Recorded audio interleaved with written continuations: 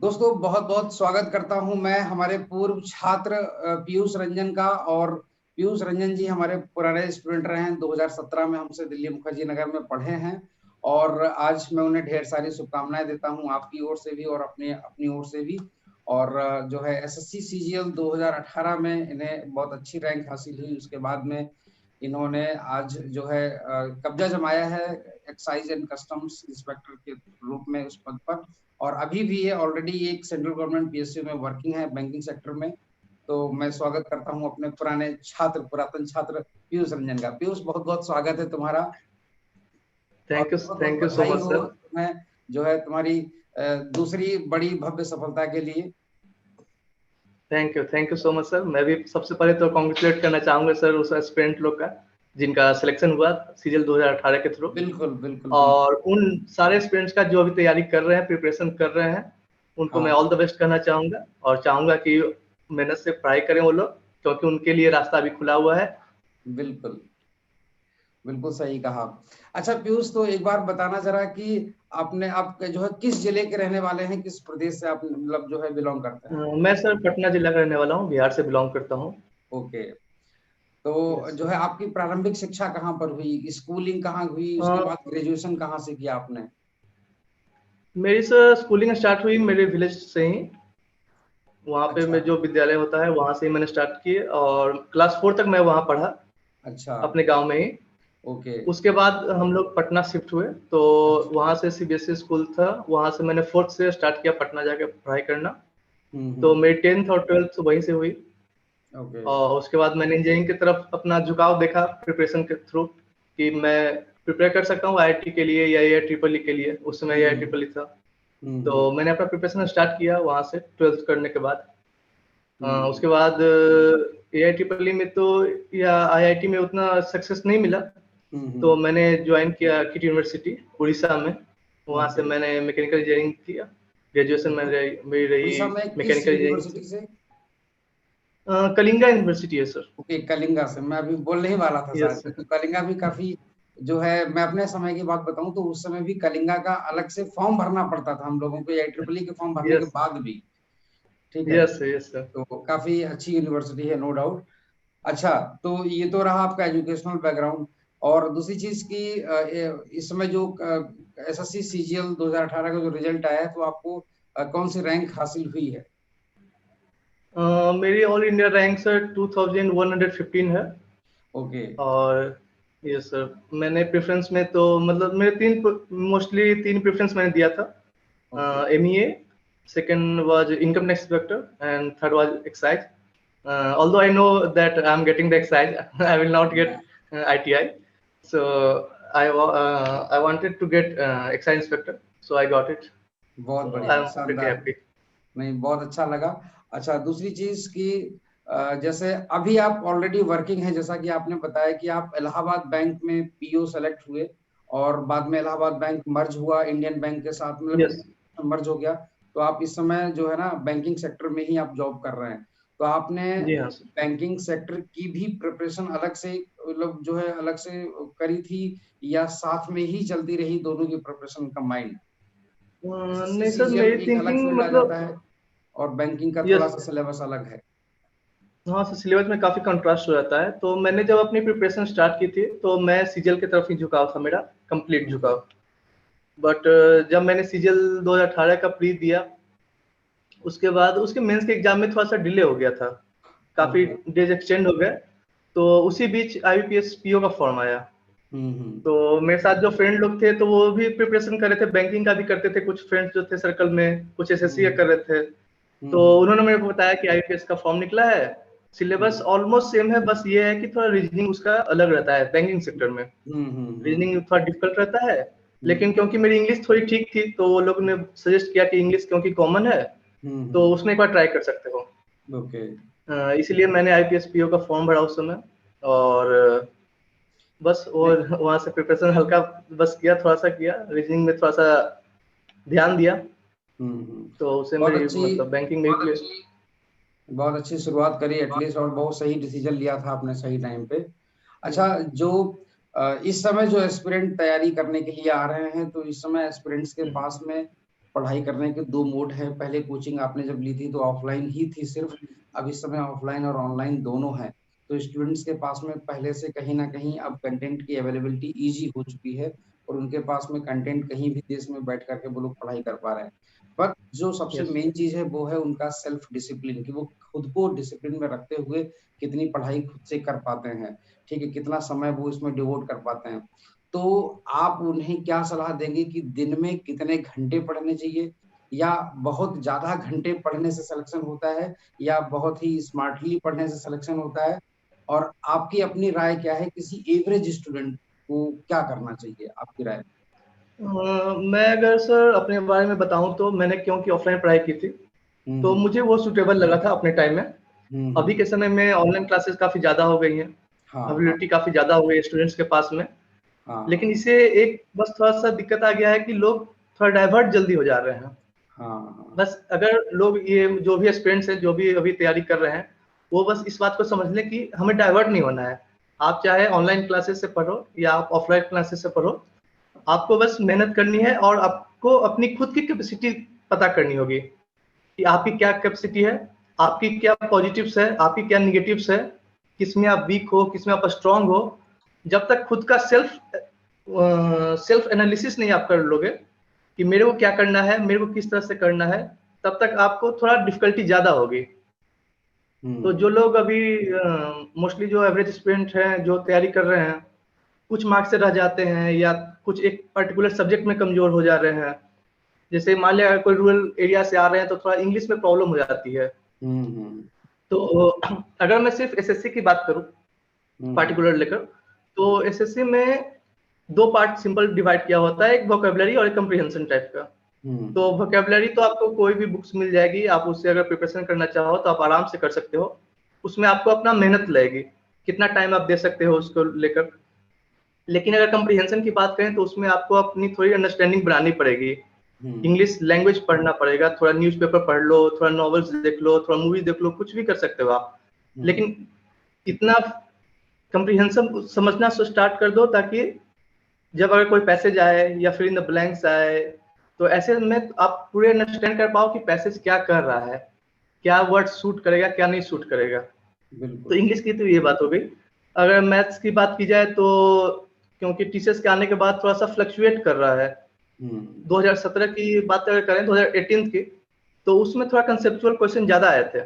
लेकिन ओके। अभी देख रहा हूँ 2019 में जो पेपर आए थोड़े से कैलकुलेशन बेस्ड ज्यादा हो गए। हाँ हाँ तो इसलिए हाँ, इसलिए एस्पिरेंट्स को थोड़ा समझना चाहिए कि आपको दोनों चीज पे ध्यान देना होगा। एक तो आपकी जो कंसेप्ट है वो तो रहनी ही चाहिए, हम्म साथ ही साथ आपकी जो कैलकुलेशन पार्ट है, आप हम्म कितना फास्ट कर पाते हो, आपका कितना रिवीजन है, आपका कितना एक क्वेश्चन को कितना बार आप बनाए हो, तो ये काफी अभी मैटर कर रहा है हम्म। अगर मैथ की बात की जाए तो। बिल्कुल। मैथ्स का मतलब ही है लगातार प्रैक्टिस करते रहना, ताकि कम समय में आप ज्यादा क्वेश्चंस को सॉल्व कर पाए। एक्यूरेसी आपकी और साथ में आपकी जो स्पीड है, ये दोनों आपकी मेंटेन होनी चाहिए, ताकि आप अच्छे से अच्छे मार्क्स गेन कर पाए। ये सर बिल्कुल, स्पीड आपने और सही कहा केमिस्ट्री ये आ गई तो चीज। आप काफी मार्क्स ले सकते हो मैथ में। बिल्कुल। तो कितने घंटे पढ़ाई करते थे? कितने घंटे मेरा तो सर फिक्स नहीं था, मैं तो रूटीन बना रहा था लेकिन फॉलो नहीं हो पाता था उतना। हाँ हाँ लेकिन ये था कि कुछ आप टारगेट 15 दिन 20 दिन ऐसे करके बना सकते हो, क्योंकि डेली के हो सकता है डेली अगर आप कुछ बनाओ उसे फॉलो नहीं हो पाए तो फिर हाँ वो ब्रेक हो जाता है। इसलिए हाँ मेरी स्ट्रेटेजी ये थी कि मैं 15 दिन या 20 दिन का एक रूटीन बनाता था कि मेरे को हाँ 15 दिन में ये चीज करना, इतना जो चैप्टर है ये कंप्लीट करना है, मैथ के इतने करने हैं, इंग्लिश के इतने करने हैं, जीएस में इतने ध्यान देने हैं। उससे हम्म क्या होता था कि अगर एक दो दिन अगर मेरा ब्रेक भी हो गया रूटीन, तो मैं उसको हम्म थर्ड या फोर्थ डे जाके उसको मेकअप कर लेता था। हम्म तो मेरी स्ट्रेटेजी पढ़ने की यही थी। मोस्टली आप 15 डेज या 7 डेज 10 डेज की आप एक स्ट्रेटेजी बना लो कि नेक्स्ट 7 या 15 डेज में मुझे क्या क्या पढ़ना है और कितने हम्म घंटे पढ़ने हैं, वो आप पर डे फिक्स कर सकते हो। हम्म 8 आवर्स 10 आवर्स 12 आवर्स ये वेरी करता है। किसी दिन आप अच्छे मूड में हो, आपका लैब बना हुआ है, मैथ बना रहे हो, आपसे बन रहा है, तो आप हाँ। लगातार बना सकते हो। बिल्कुल बिल्कुल। किसी दिन आपको इंग्लिश पढ़ने का मन किया, आप ग्रामर का रूल्स उठाया, आपको अच्छा लगने लगा, तो आप बना पढ़ते चले गए। हम्म। इसीलिए मेरी जो प्रिपरेशन थी वो इसी टाइप की थी। मैं पर डे का नहीं बना था, मैं नेक्स्ट 7 डेज और 10 डेज का ही बना था प्रिपरेशन, कि मेरे को 7 और 10 डेज में कितना पढ़ना है और कितना कंप्लीट करना है, और उससे मैं कंप्लीट करता था। बहुत अच्छे। तो जो है किस तरीके से आपने जो अपनी पढ़ाई का जो सिस्टम था, जो ड्यूरेशन था, जैसे जो भी आप पढ़ाई कर रहे थे, तो उसमें कुछ फिक्स था कि हमको कम से कम जो भी आपने टारगेट बनाया 10 दिन का या एक वीक का पूरा, कि हमको कम से कम इतने घंटे इस वीक में हमको पढ़ाई टोटल करनी है, जिसमें इतने घंटे मैथ्स को, इतने घंटे रीजनिंग, इतने घंटे इंग्लिश, उसके बाद में जीएस का पोर्शन, आपको किस रेशियो में आपने टाइम डिवाइड किया हुआ था? मैं सर थोड़ा टाइमिंग इस तरह से बांटा हुआ था कि मैं जैसे जीएस पार्ट हुआ, तो मैं जब मॉर्निंग में अपनी पढ़ाई स्टार्ट करा था, मैं थोड़ा सा लेट नाइट पढ़ने वाला स्टूडेंट हूँ, क्योंकि मैंने इंजीनियरिंग की है तो हाँ, लेट नाइट हो सारे जाती सारे थी। इंजीनियरिंग के लड़के लड़कियां ये सब देर रात में, दिन भर दिन में सो जाते हैं और रात में ये लोग हाँ, टहलने निकलते हैं। तो वही है कि जब मैं सो उठता था तो उस समय मैं स्टार्ट करा था जीएस पार्ट से, ओके। क्योंकि जब सो के आप उठते हो तो आपकी माइंड थोड़ा फ्रेश रहती है, आप ज्यादा हम्म से ज्यादा चीज कैप्चर कर सकते हो उस समय। तो हम्म मैं जब सुबह में उठा था तो मैं जीएस पार्ट देखता था, हम्म और जीएस पार्ट के लिए मैं थोड़ा मतलब याद करना पे विश्वास नहीं करता हूँ। हम्म आप चाहे कोई भी सब्जेक्ट पढ़ो, ज्योग्राफी से लेकर हिस्ट्री, फिजिक्स, जो भी पढ़ो, आप समझने की कोशिश करो, थोड़ा स्टोरी टाइप का करो, तब कि आपको दिमाग में वो लंबे समय तक रहेगा। एक बिल्कुल बार आप अगर उसे समझ लेते हो तो वो आप भूल नहीं पाओगे। बिल्कुल। तो मॉर्निंग में मेरा शेड्यूल होता था वही, अगर मैं 8 और 9 ओ क्लॉक में उठता हूँ तो कम से कम 2 घंटे मिनिमम जीएस को देता था।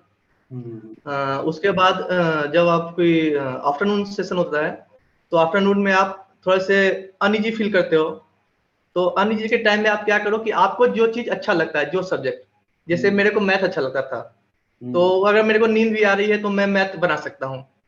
इसलिए जब आप अनइजी रहो तो आप उस सब्जेक्ट को चूज करो जिसमें जो आपका फेवरेट हो, जो आपको आसान लगे। हम्म तो आफ्टरनून के सेशन में मैं मैथ क्लियर करता था, 3 घंटे 4 घंटे जितने बनाने हैं, जो टॉपिक है, कैसा टॉपिक है, कितना लेंदी है या शॉर्ट है, उस हिसाब से मैं देता था टाइम मैथ्स को। और फिर शाम होते होते आप जो रीजनिंग का पार्ट है उसे हम्म मैं बस 2 या 3 दिन ही रखता था सप्ताह में, हम्म क्योंकि रीजनिंग उस समय में थोड़ी आसान थी। अभी टीसीएस के आने के बाद थोड़ा सा मैं देख रहा हूँ डिफिकल्टी लेवल हल्का इंक्रीज हो गई है, बट उस समय थोड़ी रीजनिंग आसान थी। हम्म सो रीजनिंग को मैं सप्ताह में 2 या 3 दिन देता था टाइम। और जो मेरा नाइट का जो मेरा शेड्यूल था उसमें मैं इंग्लिश पढ़ता था। ओके। जब आप सोने जाओ तो आप एक बुक नॉवल ले लो या कोई भी बुक ले लो, न्यूज़पेपर ले लो दिन का। ऐसा नहीं है कि आपको अपडेट रहना है, आप हाँ, न्यूज़पेपर ले लो, आप आराम से रात में सोते सोते पढ़ते देखो क्या न्यूज है क्या नहीं है। वो आपको थोड़ा अंडरस्टैंडिंग पार्ट वो इंक्रीज करती है आपकी। 12th तक की आपकी एजुकेशन इंग्लिश मीडियम में हुई है या हिंदी मीडियम? मेरी इंग्लिश मीडियम थी सर। अच्छा। मतलब मैं जो स्कूल में था वहाँ थोड़ा सा मिक्स था। ओके। उतना फ्लुएंट इंग्लिश मीडियम नहीं था, मतलब कि मिक्स था, कुछ इंग्लिश में कुछ हिंदी में, बायलिंगुअल या बाइलिंगुअल। है ना, हिंदी लाइक हिस्ट्री ये जो हो गई, ये सब सब्जेक्ट हिंदी में ही पढ़ाते थे वो लोग, और जो हाँ। इंग्लिश हुआ वो इंग्लिश में रहता था, इस टाइप ओके का। ओके। एक्चुअली जो जो बच्चे हिंदी मीडियम बैकग्राउंड से हैं, उनको यस आप सर। क्या सलाह देंगे कि वो अपनी इंग्लिश कैसे इम्प्रूव करें, एक बढ़िया तरीका? सबसे पहले तो मैं ये कहूँगा कि एसएससी के एग्जाम में ये चीज कभी भी हिंड्रेंस नहीं बनेगी कि आप हिंदी मीडियम से पढ़ रहे हो या इंग्लिश मीडियम से पढ़ रहे हो, क्योंकि आपके सामने बहुत सारे एग्जाम्पल हैं, आप यूट्यूब पर देख सकते हो। बहुत सारे स्टूडेंट्स हैं जो हिंदी मीडियम से आए हैं और इंग्लिश में अच्छा से अच्छा स्कोर किए हैं, even better than the students that come from the English medium. English medium so में। ये कभी भी हिंड्रेंस नहीं बनेगा। आप अगर हिंदी मीडियम से हो तो बस एक ही चीज में दिक्कत आता है, वो कम्प्रीहेंशन पार्ट में, वो लोग थोड़ा जल्दी ग्रैब नहीं कर पाते हैं। तो उसके लिए मैं कहूंगा कि आप कोई भी इजी बुक जो है, जिसको आप समझते हो, जैसे नॉवल हो गया, जो इजी से इजी नॉवल है, वो हम्म आप पढ़ना शुरू करो।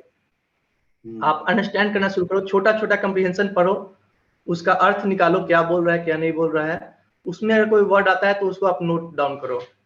और नोट डाउन करने का मतलब है कि ये नहीं कि आज नोट डाउन किए, कल नोट डाउन किए, फिर उसको भूलते चले गए। क्योंकि ये है कि ये ह्यूमन बिहेवियर है मोस्टली, कि अगर आप कोई चीज याद करना चाहो तो कुछ दिन अगर याद करते हो तो 1 सप्ताह 10 दिन बाद आप उसे भूल जाओगे। बिल्कुल सो बिल्कुल I think revision is the most important for the students जो बिल्कुल। हिंदी मीडियम से आ रहे हैं।